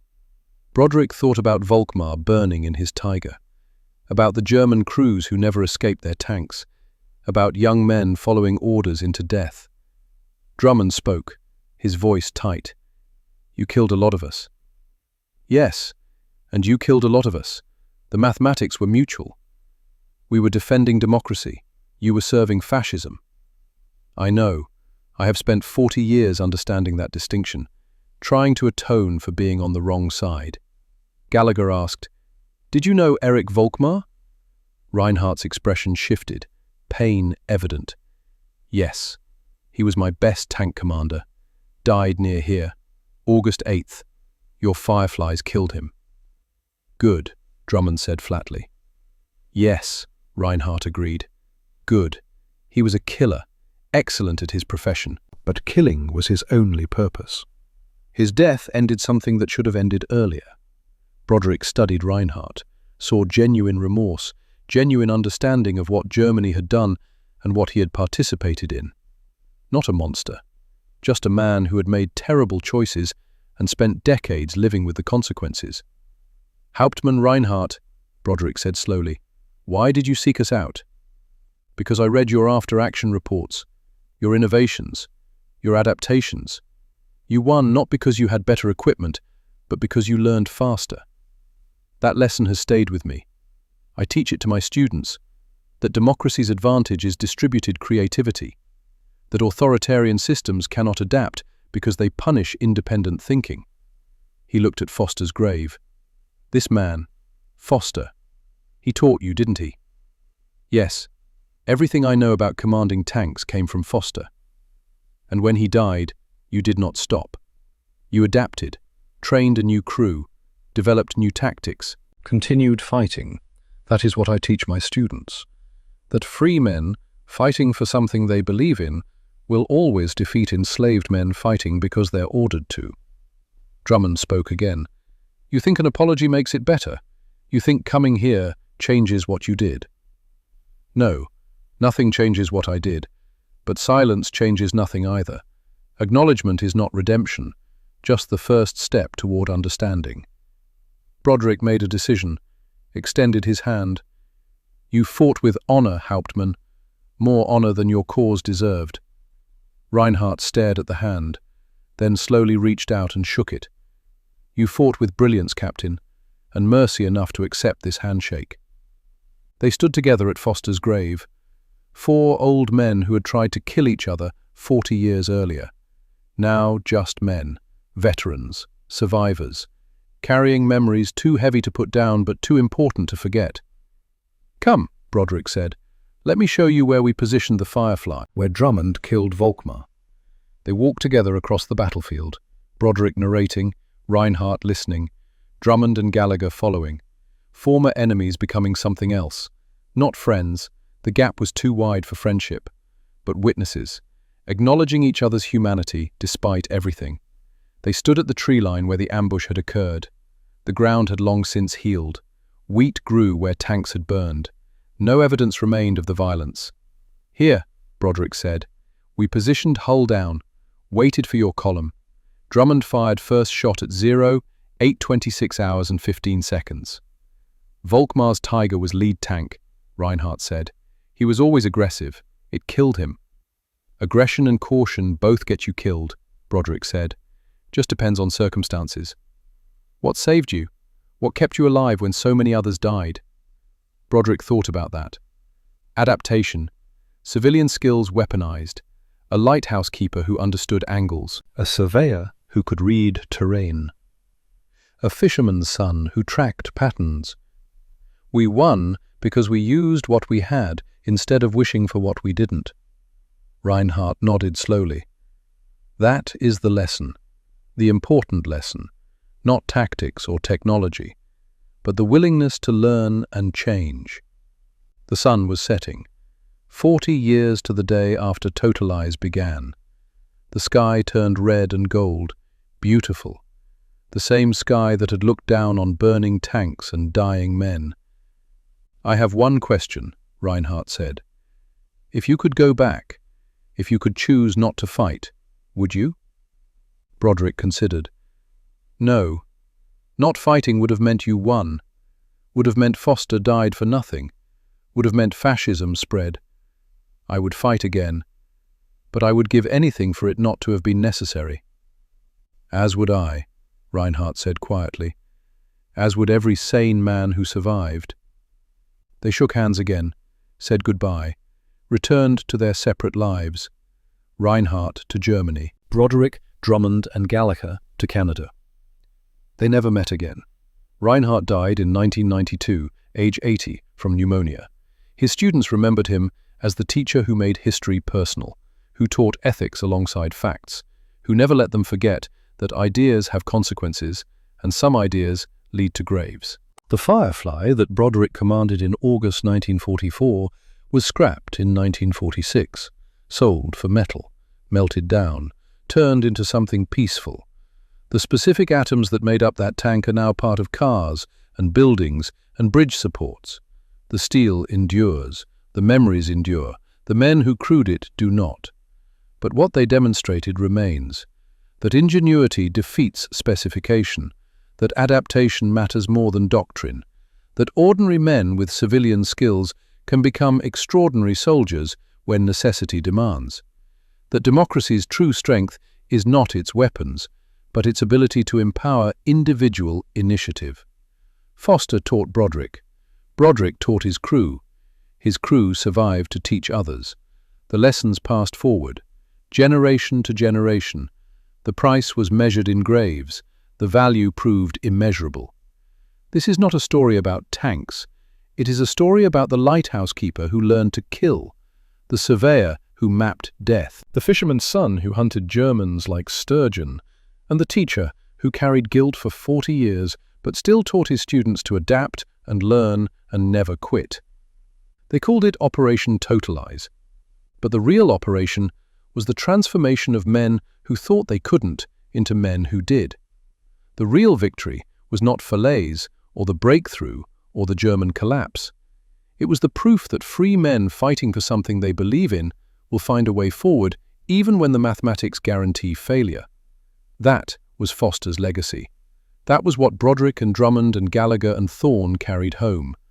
That was what Reinhardt learned from the other side and taught to students who needed to understand. The tanks are gone. The men are dying. Soon, there will be no one left who remembers firsthand. But the lesson survives. Written in after-action reports and memoirs and the spaces between what is said and what is silently carried. Adaptation defeats specification. Learning defeats doctrine. Humanity survives horror. That is what Normandy taught. That is what the Firefly proved. That is what remains when everything else is forgotten.